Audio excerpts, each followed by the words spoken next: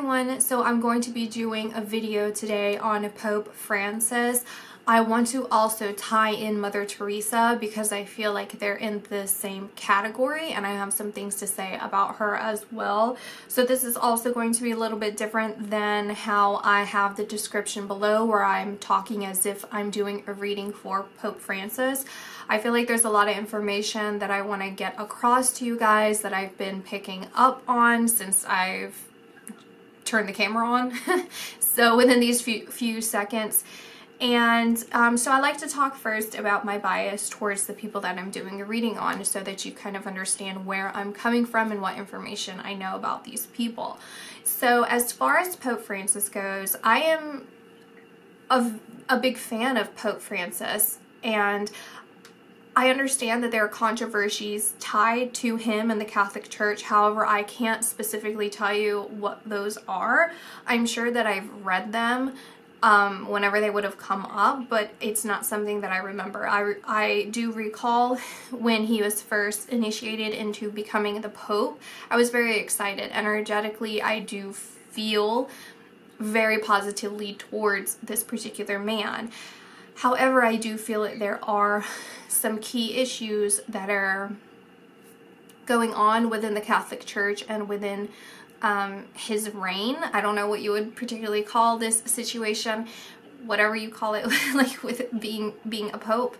And same with Mother Teresa, there are some issues there as well that both call for an energetic liberation in order for, honestly, I feel the Catholic Church is one of the key components to global power and energetic upgrading. So that's where I'm coming from. And I've seen the Pope in person before, and I intentionally went to go see him. So that's where I'm at with this. So what I feel, let's talk about the connections between the two, right? So when it comes to Mother Teresa, I guess I should talk about my bias towards her as well. I don't know that much information about her that I could tell you off the top of my head. I am sure I've read about some things here and there and controversies tied to her as well. However, I feel like she's misrepresented, and I think her words are misrepresented, and the fact that we're in this age of awakening where we're trying to have a point of self-discovery, there's a lot of manipulation that's coming in with this self-discovery. It's a point of releasing all foundation and reinstating things that are not of the light in order for it to appear as if something that has a firm foundation is actually restraint on the soul, or it's restraint on self-expression, or it's a restraint on identities, so on and so forth. So what I see with Mother Teresa is that there was a twisting of her arm, there were twisting of her words, there were twisting of her values in order for her to be misrepresented within the public, because that falls through with the propaganda that's been set that brings us today. Her soul, I didn't believe this when I first saw it.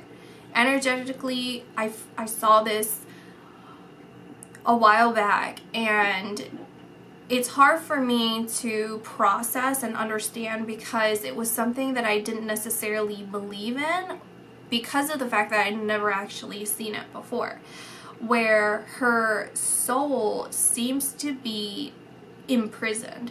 It's an imprisoned soul, and it's not going to be released until the energy of the world heightens.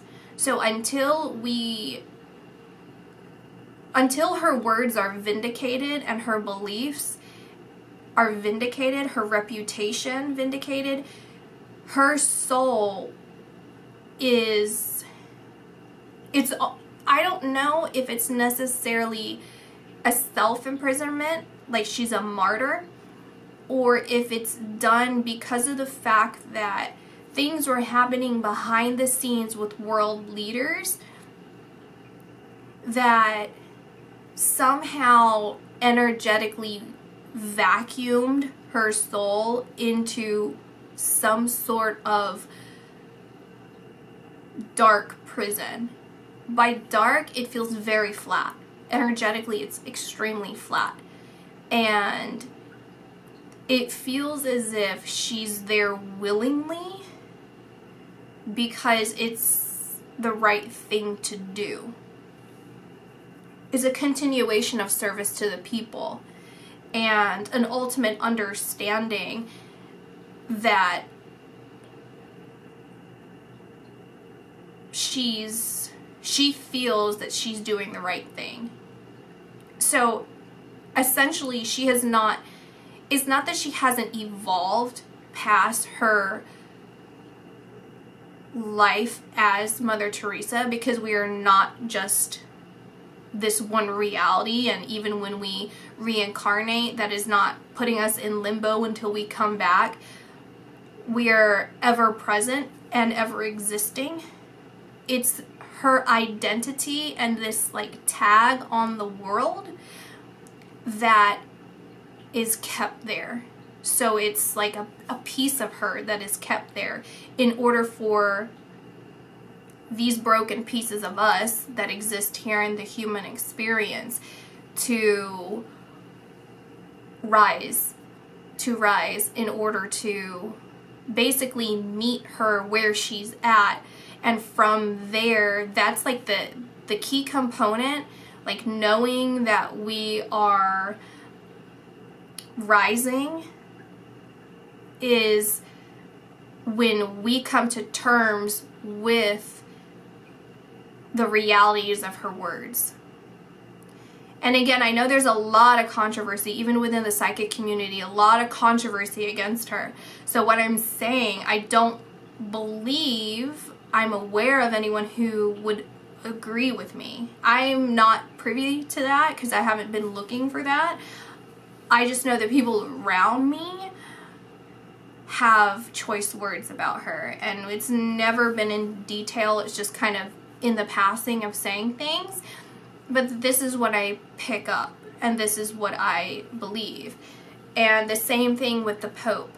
I feel like the position that he's in is paved with well intentions. It's a way where they both felt like they could handle things behind the scenes with world leaders and with people within a structured community to fix things. Like they felt like they had some sort of spiritual and energetic stature that could withstand the circumstances amongst these people. However, it's actually been twisted into a manipulation tactic that put them in a position of being in the underhand. So then they're essentially at the mercy of these people. And I feel like it would be as if Pope Francis is currently looking at the self-destruction of the world is how he perceives things. It's like the world is self-destructing, and he's trying his best to drain. It's like he's causing obstacles. He's purposely causing obstacles for evil so that it's more difficult for them to climb these mountains. However,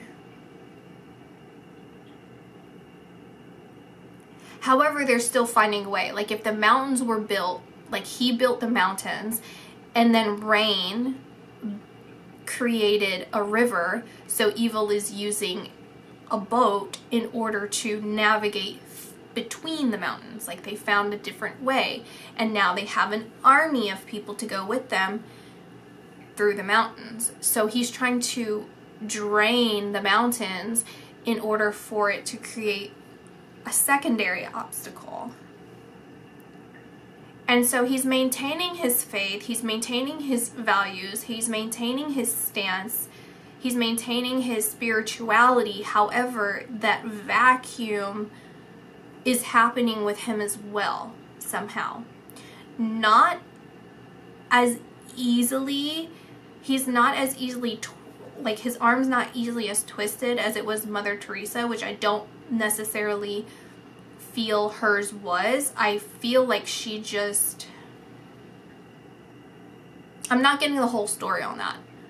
So I won't keep digging into that, because I know I'm not getting the whole story, because I feel like if I keep bringing that up, I'm going to misunderstand the message, because I don't feel like she ever backed down. It's just that it appears that way from the outside, because she never outwardly said anything against these world leaders. It was like, I'm going to handle it internally because I feel like it should be handled internally. And I'm, again, doing this self-sacrifice, so I will be vindicated eventually. It doesn't matter how long it takes, because I maintain my faith and trust in the process. And so I will hold myself in this position as the hostage, so that everyone on earth, essentially, even people who aren't aware of this, will be able to maintain their freedoms and their free will to discover the right thing. And so with Pope Francis, it's essentially the same thing, except he's obviously still in a position of power. He's in a position of, the power of his voice. And so he's continuing to try to be the voice of reason.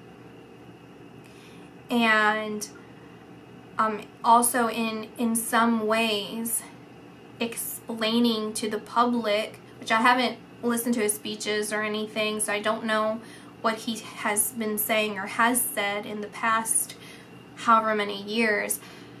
However, I do feel like he has intentionally said things that would hopefully enlighten and explain and shed light on what's going on within the world. It's within the Catholic Church, but the Catholic Church is a representation of what's happening in the world. It feels as if it's not the home base, but it's one of the home bases of where a lot of things are happening behind the scenes. A lot of things are happening behind the scenes. It's like one in 3 to 5 places. And this is one of those places. It's just like, you get what I'm saying.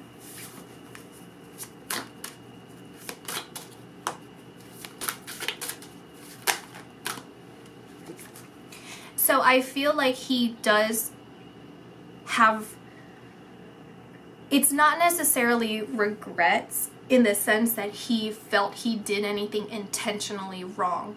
It's the fact that he feels like he was naive on something, or he wasn't fully aware of something, or he wasn't fully prepared.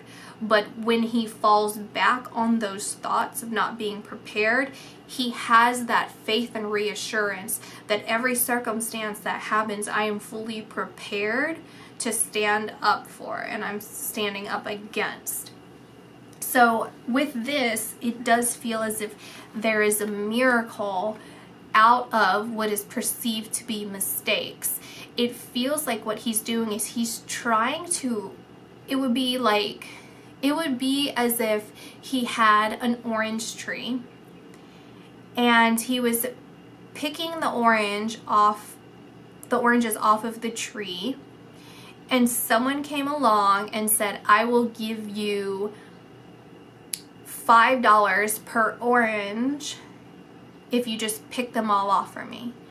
And he's like, okay, I will do that because it'll help the tree, since the oranges will be grabbing nutrients in order to provide for the fruit. So the tree will be able to grow even better and it will become more abundant. However, I was originally going to give these oranges out to my neighbors just to be kind, and because, you know, I want the neighborhood kids to be healthy. And so as he's picking them off the tree and he's giving $5 and $5 and $5, he realizes, oh, I better not do that anymore, because my original plan, like, I should have stuck to the plan, because what I originally, like, what I really wanted to do was to make people genuinely happy with the things that brought me joy, which is growing this tree. And so I want to, it's like him wanting to take those oranges back, and he is taking them back because he's like, you know what, I want to stick to the plan of what I truly value and believe in. You know, like, that's the analogy I'm getting, so I won't over explain that. That's what I'm getting. He's aware that he is forgiven. He's aware of that. So we have chosen and self-fulfilling prophecy. Okay, we have some very good cards here. Okay, self-fulfilling prophecy, because I do feel as if this is where that self-sabotage came in with the oranges analogy. He was self-sabotaging because he was pulling himself away from what truly made him happy. And in the depths of him, there is something that felt empty and a feeling of not being worthy of his position, and maybe not even being honored or valued. And so through this experience, it's honing in and sharpening his belief that it doesn't matter how people perceive you, it's how you perceive yourself, and in the eyes of God and in the eyes of your guardian angels, and what your purpose here on earth is. We even have Midas' star and chosen. He's realizing even deeper that he was chosen for this position. It wasn't just being a lucky break, luck being on his side or anything. He understands that, and there was a point in time where he felt pulled away from that just a little bit, but it did happen. And so it's a regaining and a reharnessing of his inner strength and his inner faith and belief, and a heightening of his psychic abilities. He's obviously extremely psychic, and so through all of these behind the scenes things that we're talking about, it did serve as a distraction. Its point was to serve as a distraction. And again, there was a point where he thought that he could be doing the right thing, but it was just cracking open the door. I mean, like, can I come in? No. Cracking open the door. Can I come in? No. Over and over and over again. And then eventually saying, okay, you know what? You can just crack it open and watch me. You can't come in, but you can watch me. And from there, that opened up the opportunity for them to come in anyway. You know, like, they forced themselves in. And then now this is the process of taking them back out and establishing those boundaries and saying, you know what, I learned a valuable lesson in this, and I'm not going to let that happen again. I thought I was doing the right thing. I thought that allowing you to watch me would help you find peace, and, you know, I tried. So we have Angel of Action, and I do feel he's at the precipice of something very big. What I feel are his guardian angels are advising him to take some sort of huge action that is going to revolutionize or change something within,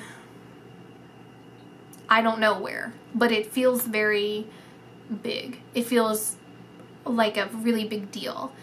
And it's something that he thought about before, but he didn't feel like he was ready. And whatever happened with the orange tree analogy happened in between the time that he originally had this profound vision or thought, and that gave him more life experience in order for him to be prepared for actually taking action on this vision. Okay, so that's what I see. I'm gonna pull one more, well, I have several here, so I'm just gonna go through these really quick. It's about inner strength once again, and I am noticing this repetition of being here, and I feel like this is also the same thing, where this shell, and it's circulating within these balls here, this person within this ball. It's a liberation of your soul, and it's an understanding and seeing yourself as a human. Like, he's seeing things from a different perspective, a higher perspective, where he's kind of, I feel like this is even being within the womb. Like, it's an analogy of being within the womb. Like, him being Pope Francis is growing him, it's spiritually growing him, it's enlightening him, and it's somehow making him stronger as a soul. Not somehow, I mean, obviously, making him stronger as a soul, and recognizing himself as this soul having the human experience, and how he can use his prophecies in a positive way. Like, how can I give birth to these ideas? How can I liberate everyone in order to rise everyone up so we can free the people who are martyrs? How do we do that? What do I do? What position do I have where I can do that?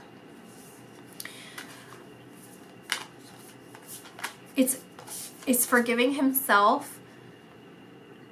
I don't think he has a problem forgiving others. I think there's a lot of grief and sadness for the way things are and the way things are perceived.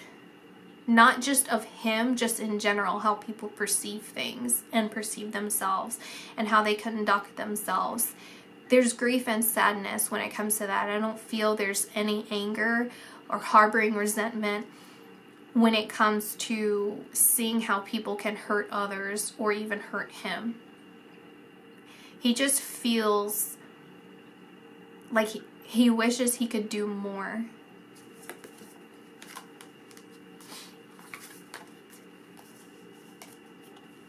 So I don't necessarily believe that this is a connection with some other person, like a romantic partner. I do wonder with popes, like, where their soulmate is. Like, who is it? Where are they? I feel like sometimes they're in waking life, like they're human somewhere. But a lot of times I feel like, especially with him, that she's in spirit. She could be Mother Teresa, I don't know. I don't know who it is. But I feel like this is the joining of good and evil. It's like realizing that they're opposing forces, that they're opposing energies. And just as God is the holiest, well, it's not God necessarily. It's like the human, like the collection of souls and their godliest form, because we are not God, we are of God. So it's like the godliest of all of us collectively, the very opposite, the absence of God is evil, right? And so it's him realizing and trying to bridge the gap between that, where how can the most absent of God, the souls that are most absent, the most evil that exist, the entities that exist, how can that be joined with good in order for them to receive the light? How can they receive that true love so that they don't perpetuate in these darker places? How can we do that? How can we free their souls so that all the good souls that are intentionally trapped, it's a repetition of that. It's a repetition of trapped souls that are good, that are doing that in order to honor the rest of us. And I do feel Mother Teresa. I really do feel he's very close to her. I do. I feel he prays to Mother Mary, which I believe is a big thing in the Catholic Church, because that was actually when I saw him. It was some holiday for that. But he prays a lot to Mother Mary. And he communicates a lot to Mother Teresa. And he feels very connected to Mother Teresa. I think they've shared past lives together. I do.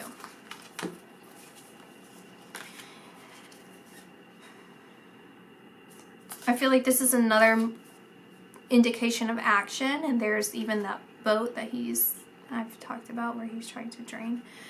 And it's about speaking here. It's like speaking and listening. Speaking kind words and listening to... It's like listening to the wisdom that he hears and then being able to compassionately respond to those around him and to translate it in a compassionate way. And I am hearing, where do I go from here? It's like, where do I go from here? And I feel what I hear in response is transformative. You have to be transformative. And don't hold yourself back from holding yourself accountable. And doing what you know is right. Like, you feel what the right thing to do is, and you know that that's the right thing to do, so do that. So hopefully he takes that advice that he's hearing and that he sees, because I do feel like he's giving birth to a new age if he were to take that suggestion. And for him to do that, he would be taking his role as the Pope seriously, which he obviously has, but this is really the pushing point. This is really where he's being challenged. How much do you really mean it for you to have taken this position? How much do you really mean it for everything that you preach, everything that you say, everything that you believe, everything that you hear? Are you willing to, it's like coming out of the closet. Like, are you willing to come out? Are you willing to come out of the womb? Are you willing to grow from those experiences? Are you willing to chart new territory? Because that's what you're being called to do. That's what you're dreaming of. Because I feel he's having many prophetic dreams. They're visions. They're not dreams. They're visions. And so that's what I see. So thank you guys for watching. I'll see you guys in my next video. Bye.